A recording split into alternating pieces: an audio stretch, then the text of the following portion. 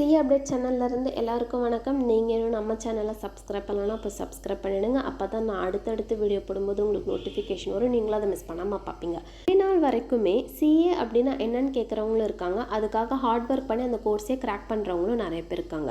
So இந்த வீடியோவில் CA ஜேர்னிக்கான road மேப்பை தான் நம்ம டீட்டெயிலாக பார்க்க போகிறோம். ஸோ வாங்க இப்போ நம்ம வீடியோக்குள்ளே போகலாம். நீங்கள் சிஏக்குள்ளே என்டர் ஆகிறதுக்கு 2 வே இருக்குது. ஒன்று வந்து நீங்கள் ஃபவுண்டேஷன் மூலமாக என்டர் ஆகலாம், இன்னொன்று வந்து டைரக்ட் என்ட்ரி மூலமாகவே என்டர் ஆகலாம். டைரக்ட் என்ட்ரின்றது ஒன்றும் இல்லை, இந்த ஃபவுண்டேஷன் எக்ஸாமை ஸ்கிப் பண்ணிவிட்டு அதை ரிப்ளேஸ் பண்ணுறதுக்கு பதிலாக நீங்கள் எந்த ஒரு எலிஜிபிலிட்டியை கேரி பண்ணால் போதும் அப்படின்றது தான். ஸோ ஃபஸ்ட் நம்ம ஃபவுண்டேஷன் பார்க்கலாம். நீங்கள் ஃபவுண்டேஷன் ரெஜிஸ்டர் பண்ணுறதுக்கு 10th போர்டு எக்ஸாம் நீங்கள் பாஸ் பண்ணியிருந்தாலே போதும். நீங்கள் சிஏ ஃபவுண்டேஷனுக்கு வந்து ரெஜிஸ்டர் பண்ணுறதுக்கு 100% எலிஜிபிள்.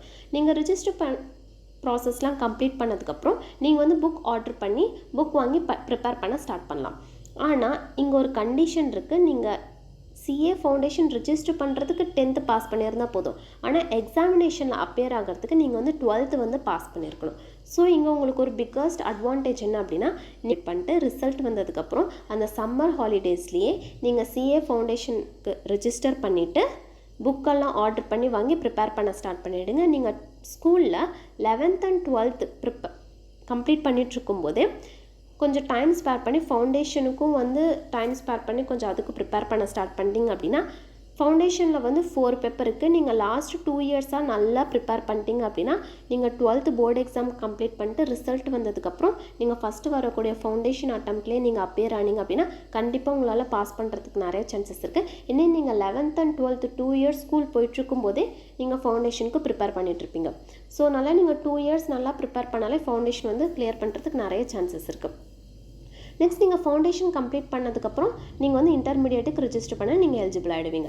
இப்போ நம்ம வந்து டைரக்ட் என்ட்ரி ரூட் வரலாம். டைரக்ட் என்ட்ரி ரூட் அப்படின்றது ஒன்றும் கிடையாது. நிறைய பேர் வந்து 12th முடிச்சுட்டு சிஏ அப்படின்னா என்னன்னே தெரியாமல் இருந்திருப்பீங்க.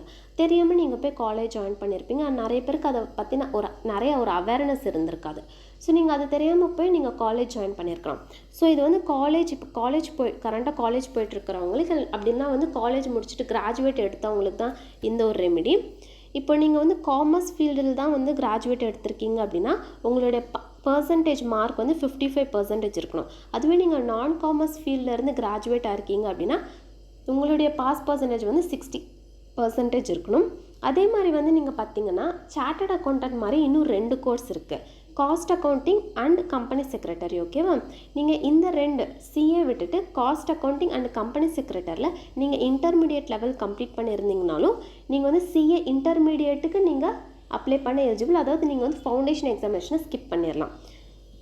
அதே மாதிரி இப்போ நிறைய பேர் வந்து காலேஜ் போய்ட்டு லாஸ்ட் இயர் நீங்கள் படிச்சுட்ருப்பீங்களா, 5th semester R 6th semester, நீங்களும் வந்து சிஏ இன்டர்மீடியேட்டுக்கே வந்து நீங்கள் அப்ளை பண்ணுறதுக்கு எலிஜிபிள் தான். ஸோ 3 கேட்டகரியாக பிடிச்சிருக்காங்க. இவங்க இந்த 3 கேட்டகரியுமே ஃபவுண்டேஷன் எக்ஸாம் வந்து தேவையே கிடையாது. அவங்க டைரெக்டாக இன்டர்மீடியேட்டுக்குள்ளே என்டர் ஆகிடலாம். ஃபஸ்ட்டு வந்து கிராஜுவேட் கம்ப்ளீட் பண்ணவங்க, செகண்ட் வந்து காஸ்ட் அக்கௌண்டிங் அண்ட் கம்பெனி செக்ரட்டரியில் இன்டர்மீடியட் லெவல் கம்ப்ளீட் பண்ணவங்க, தேர்ட் கேட்டகரி வந்து இப்போ லாஸ்ட் இயர் காலேஜ் படிச்சுட்ருக்குறவங்க. இந்த 3 கேட்டகரி பர்சனுமே வந்து நீங்கள் ஃபவுண்டேஷனே எழுத தேவையில்லை, நீங்கள் டைரெக்டாக வந்து இன்டர்மீடியேட்டுக்கு போயிடலாம். ஸோ இப்போ நீங்கள் இன்டர்மீடியேட்டுக்கு ரெஜிஸ்டர் பண்ணதுக்கப்புறம் உங்களுக்கு வந்து 8 பீரியட் ஐசிஏ வந்து ஸ்டடி பீரியட் தருவாங்க. இப்போ ரீசெண்டாக ஐசிஏ பிரசிடென்ட் வந்து ஒரு கான்ஃபரன்ஸ் என்ன சொல்லியிருந்தாங்க அப்படின்னா, நாங்கள் நம்பர் ஆஃப் எக்ஸாமினேஷனை வந்து 2 times, இப்போ வந்து 2 times நடக்குது இயர்லி, அதை நாங்கள் 3 timesஸாக வந்து கன்வெர்ட் பண்ணுறோம், இன்க்ரீஸ் பண்ணுறோம் அப்படின்னு சொல்லியிருந்தாங்க. இந்த அனௌன்ஸ்மெண்ட் வந்து ஐசிஏ பிரசிடென்ட் ஓரலாக தான் கொடுத்துருக்காங்க. இன்னைய நாள் வரைக்குமே இன்னும் ரிட்டனாக எந்த ஒரு அனௌன்ஸ்மெண்ட்டுமே வரல. ஸோ நான் இந்த அமெண்ட்மெண்ட்டை வந்து இந்த வீடியோவில் நான் அதை வந்து இன்க்ளூட் பண்ணல. ஸோ ஐசிஏ வந்து 8 பீரியட் வந்து இன்டர்மீடியேட்டுக்கு வந்து ஸ்டடி பீரியட் தருவாங்க. இது ஏன் 8 பீரியட், அது எப்படி நான் சொல்கிறேன்னா, இப்போ ஃபார் எக்ஸாம்பிள் நீங்கள் February month வந்து இன்டர்மீடியேட்டுக்கு நீங்கள் ரெஜிஸ்டர் பண்ணீங்க அப்படின்னா நெக்ஸ்ட்டு வரக்கூடிய 8 monthக்கு எந்த மே அட்டம்ப்ட் இன்டர்மீடியட் எக்ஸாம் வந்து நடக்கும். ஸோ உங்களால் மே அட்டம்ப்ட் வந்து அப்பியர் ஆக முடியாது. ஏன்னா இப்போ நீங்கள் ஃபெப்ரவரியில் ரெஜிஸ்டர் பண்ணுறீங்க அப்படின்னா February, March, April, 3rd, 4th month தான் பார்த்தீங்கன்னா மே. ஸோ உங்களால் மே அட்டம்ப்டில் அப்பியர் ஆக முடியாது. அதுக்கு பதில் நீங்கள் நெக்ஸ்ட் வரக்கூடிய நவம்பர் அட்டம்ப்டில் தான் அப்பியர் ஆக முடியும். ஏன்னா நீங்கள் ஃபெப்ரவரியிலேருந்து பார்த்தீங்கன்னா நவம்பர் தான் பார்த்தீங்கன்னா உங்களுக்கு வந்து 8th month.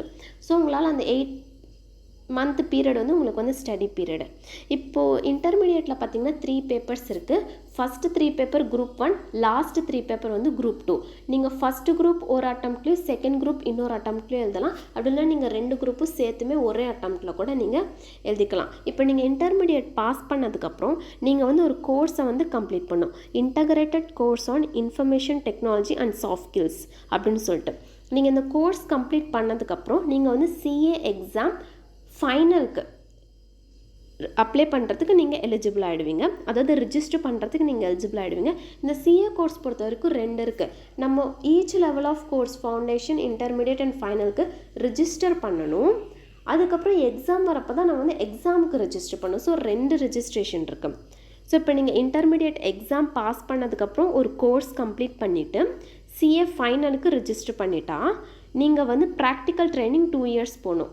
சிஏக்கு ரிஜிஸ்டர் பண்ணதுக்கப்புறம் தான் உங்களால் வந்து 2 இயர்ஸ் ப்ராக்டிக்கல் வந்து போக முடியும். ஸோ நீங்கள் 2 இயர்ஸ் ப்ராக்டிக்கல் போயிட்டுருக்கிற அந்த டைம்லேயும் ஒரு கோர்ஸ் வந்து நீங்கள் கம்ப்ளீட் பண்ணணும். செல்ஃப் ஃபேஸ்ட் ஆன்லைன் மாடியூல்ஸ், ஓகேவா? ஸோ அதையும் வந்து இந்த 2 இயர்ஸ் ப்ராக்டிக்கல் ட்ரைனிங்கோடையே நீங்கள் கம்ப்ளீட் பண்ணதுக்கப்புறம் உங்களுக்கு ப்ராக்டிக்கல் ட்ரைனிங் 2 இயர்ஸில் கம்ப்ளீட் ஆகிடும். இப்போ நீங்கள் ப்ராக்டிக்கல் ட்ரைனிங் கம்ப்ளீட் ஆனதுக்கப்புறம் 6 மந்த்துக்கு அப்புறம் தான் உங்களால் வந்து ஃபைனல் எக்ஸாமில் வந்து அப்பியர் ஆக முடியும். அந்த 6 மந்த்துன்றது உங்களுக்கு வந்து ஸ்டடி பீரியட் ஐசிஏ ப்ரொவைட் பண்ணியிருக்காங்க. இப்போ வந்து நீங்கள் ப்ராக்டிக்கல் ட்ரைனிங் கம்ப்ளீட் பண்ணதுல இருந்து சிஏ எக்ஸாம் எழுதுறீங்களா ஆஃப்டர் 6 மந்த், அந்த 6 மந்த்லேயும் நீங்கள் ஒரு கோர்ஸ் கம்ப்ளீட் பண்ணணும். அது என்னென்னா அட்வான்ஸ்டு ICITSS, ஓகேவா? இந்த கோர்ஸை கம்ப்ளீட் பண்ணதுக்கப்புறம் தான் உங்களால் சிஏ ஃபைனல் எக்ஸாமில் அப்பியர் ஆக முடியும். அதாவது எக்ஸாமுக்கு ரிஜிஸ்டர் பண்ண முடியும். நெக்ஸ்ட் நீங்கள் ரிஜிஸ்டர் பண்ணதுக்கப்புறம் சேம் இன்டர்மீடியேட்டில் இருக்கிற மாதிரி தான் ஃபைனல்லையும் வந்து 6 பேப்பர் இருக்குது. ஃபஸ்ட் குரூப்பில் பார்த்தீங்கன்னா ஃபஸ்ட்டு 3 பேப்பர், செகண்ட் குரூப்பில் பார்த்தீங்கன்னா லாஸ்ட்டு 3 பேப்பர்.